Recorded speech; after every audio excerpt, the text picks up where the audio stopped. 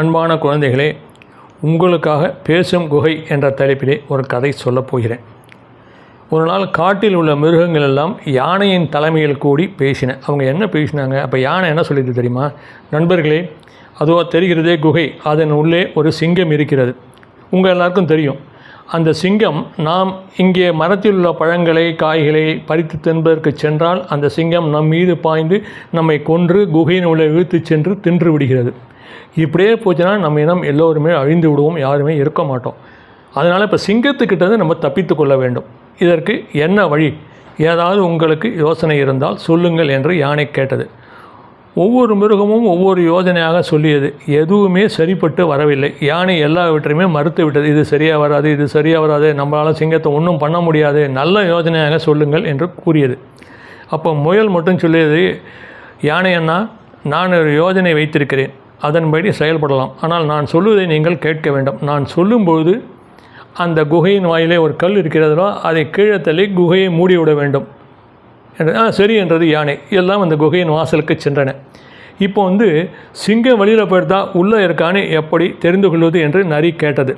இல்லை, அதை தான் நானும் யோசித்து கொண்டிருக்கிறேன் என்று முயல் சொல்லியது. அப்போ சிங்கம் முற்றும் பார்த்து விட்டு கீழே கால் தடயம், அதாவது சிங்கத்தினுடைய தடயம் வெளியில் போன தடயம் இருக்கிறது.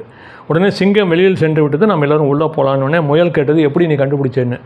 உடனே நரி சொல்லிட்டு, இதோ சிங்கம் வெளியில் போன தடயம் இருக்கிறது எப்படின்னு பார்த்தோன்னே முயல் பார்த்தோன்னே அதுக்கு ஒரு சின்ன சந்தேகம் வந்துடுது. உடனே இருங்கள், அவசரப்படாதீர்கள், சிங்கம் வெளியில் போன தடயம் தான் இருக்கிறது, சிங்கம் உள்ளே போன தடயம் இல்லையே. எப்படி ஒருவன் உள்ளே போகாமல் வெளியே போக முடியும்? இதில் ஏதோ சூது இருக்கிறது, நம்ம என்ன ஒன்று கண்டுபிடிக்க வேண்டும். அது எப்படி கண்டுபிடிப்பது என்று மான் கேட்டது. கண்டுபிடிக்கலாம் என்று கூறி சற்று யோசனை செய்துவிட்டு, ஏ குகையே, நான் என் நண்பர்களுடன் வந்திருக்கிறேன். நீ தினமும் என்னை வா நண்பா வா என்று அழைப்பாயே, இன்று ஏன் அழைக்கவில்லை? என் நண்பர்கள் மான், நரி, கரடி இவற்றுடன் வந்திருக்கிறேன். நாங்கள் உள்ளே சென்று சற்று இளைப்பாறி விட்டு உன்னுடன் பேசிவிட்டு வெளியில் செல்லலாம் என்று இருந்தோம். நீ என்னிடம் பேசவில்லை, என் மீது கோபமா என்று கேட்டது. உடனே உள்ள அந்த சிங்கத்துக்கு ஆஹா, என்னடா முயல்கிட்ட இந்த குகை பேசும் போல இருக்க, நம்ம பேசுவோமா அப்படின்னு யோசனை பண்ணி டக்குன்னு ஐயோ, நம்ம பேசினா நம்ம உள்ளே இருக்கோம்னு தெரிஞ்சுக்கிண்டு எதுவுமே உள்ளே வராது, எல்லாம் போய்டும், இன்றைக்கி நமக்கு சாப்பாடு கிடையாது, பட்னி ஆகிடுவோம், ஆகவே நாம் பேசாமல் இருப்போம் என்று சிங்கம் பேசாமல் இருந்து விட்டது.